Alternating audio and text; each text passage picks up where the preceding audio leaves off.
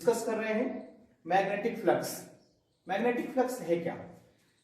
किसी भी एरिया से, किसी भी सरफेस से जो magnetic lines of force pass होती है वही एक मैग्नेटिक फ्लक्स है।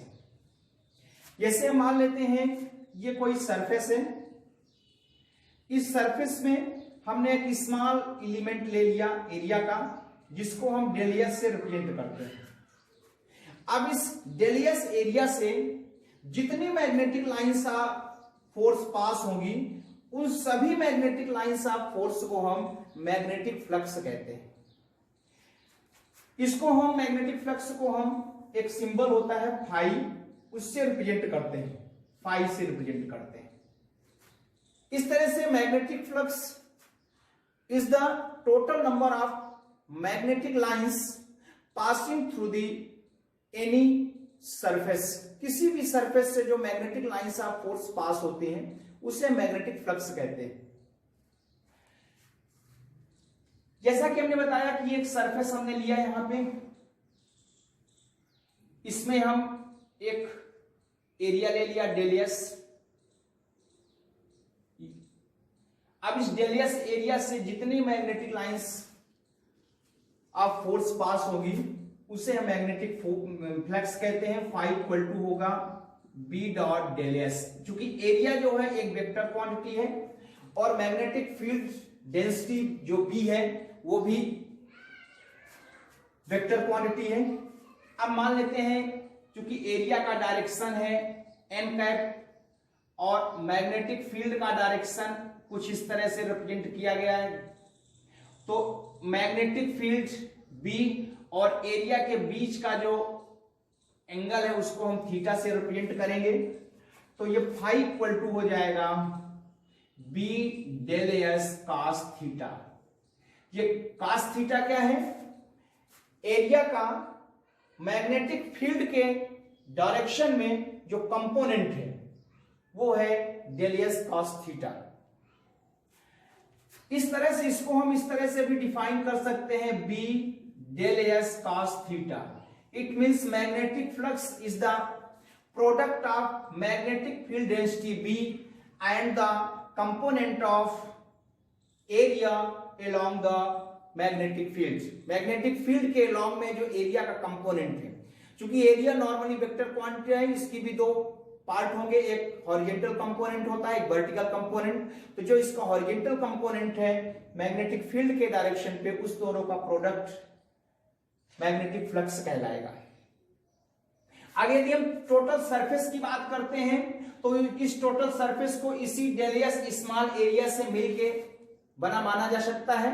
तो जो टोटल सरफेस से जो पास होने वाला जो मैग्नेटिक फ्लक्स है उसको हम इंटीग्रेशन के फॉर्म में लिखेंगे B dot D S. B magnetic field density और डीएस एरिया है। फ्रेंड्स, इसका जो एक नोट्स है वो वीडियो के लास्ट में अपलोड है, आप वहां से देख सकते हैं।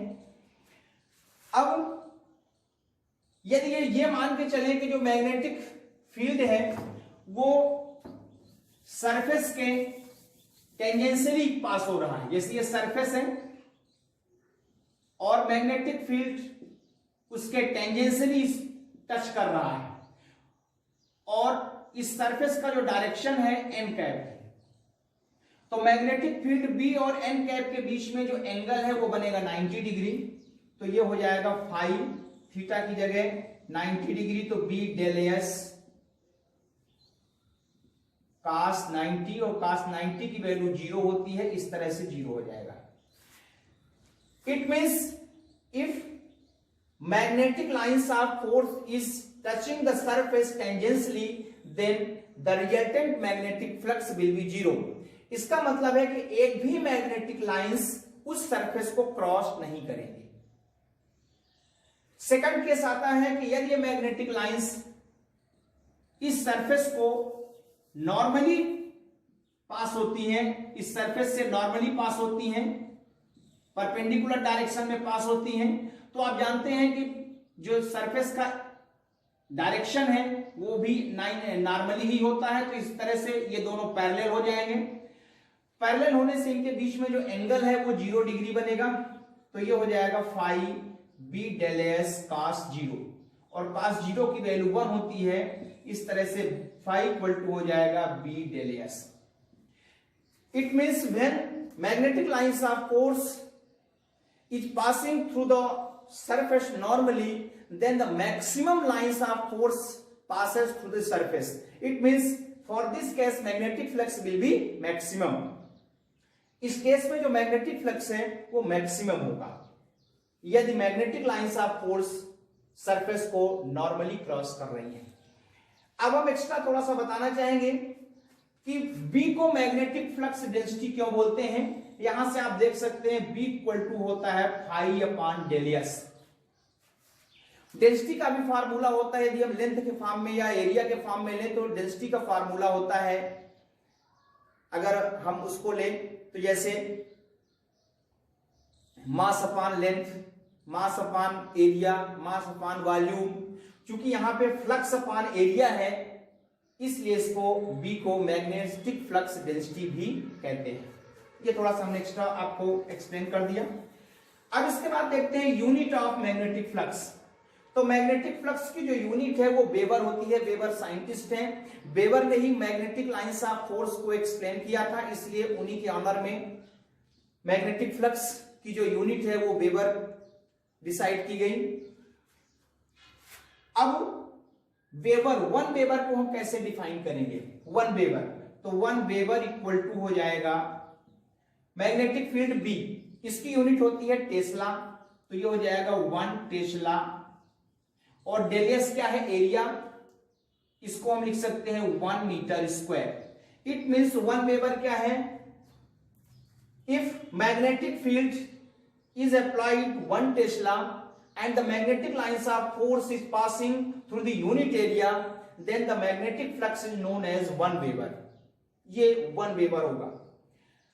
अब इसके बाद हम देखेंगे इसका डायमेंशन फार्मूला क्या होता है। मैग्नेटिक फ्लक्स का डायमेंशन फार्मूला तो हम जानते हैं W इक्वल टू होगा, अभी अभी हमने देखा, अगर maximum magnetic lines of force surface से पास हो रही है तो W इक्वल टू हो जाएगा F into del S. Del S एक स्मॉल पार्ट है जैसा कि हमने डिस्कस किया। अब फोर्स, तो force equal B dot D S. अब magnetic field density B equal to होता है F अपॉन क्यू भी। डेल एस क्या है, एरिया। अब F क्या है, फोर्स। फोर्स का डायमेंशन होता है ML T माइनस 2। एरिया का डायमेंशन होता है L स्क्वायर और Q का डायमेंशन होता है 80। Q का डायमेंशन 80 कैसे होगा, हम जानते हैं करंट इक्वल टू होता है चार्ज अपॉन टाइम, तो चार्ज इक्वल टू हो जाएगा करंट इनटू टाइम। यहां से चार्ज का जो यूनिट है वो हो जाएगा एम्पियर टाइम, ये हो गया 80। V क्या है, वेलोसिटी। वेलोसिटी का होता है डायमेंशन L T माइनस 1। यहां से हम देख सकते हैं L से L कैंसिल होगा, ये T माइनस 1 T है तो ये भी कैंसिल हो जाएगा, तो बचेगा M, ये L स्क्वायर, ये T माइनस 2 और एम्पियर जब न्यूमरेटर में जाएगा तो हो जाएगा एम्पियर इनवर्स। तो ये है आपका फ्लक्स का ये है डायमेंशन फॉर्मूला। तो इस तरह से दोस्तों हमने मैग्नेटिक फ्लक्स डिस्कस किया। आप हमारे चैनल को सब्सक्राइब करें, लाइक करें, शेयर करें। कोई प्रॉब्लम है तो कमेंट करें। इस वीडियो का जो नोट्स है लास्ट में दिखाया गया है, आप वहां देखें। थैंक यू दोस्तों, जैसा कि हमने बताया कि मैग्नेटिक फ्लक्स का जो नोट्स है वो लास्ट में अवेलेबल है। तो ये पूरा फर्स्ट है, मैग्नेटिक फ्लक्स क्या है, मैग्नेटिक फ्लक्स के फार्मूला क्या है, यहाँ बताया गया है। फिर उसका डिफरेंट एंगल 0 डिग्री 90 डिग्री में यहाँ पर उसको एक्सप्लेन किया गया है। फाई क्या है, बी और डी एस के बीच में एरिया है, ये एक्सप्लेन किया गया है। इसके साथ डिफरेंट एंगल, फिर उसका यूनिट बताया गया है। उसका जो सीजीएस यूनिट होता है मैक्सवेल होता है, 1 weber equal to 10 to the power 8 Maxwell होता है, उसको यहाँ एक्सप्लेन किया गया है। और लास्ट में डायमेंशन फार्मूला बताया गया है जो कि हमने एक्सप्लेन किया है। ये पूरा क्लियर कॉन्सेप्ट उसका दिया हुआ है, आप उसको देखें। Thank you very much.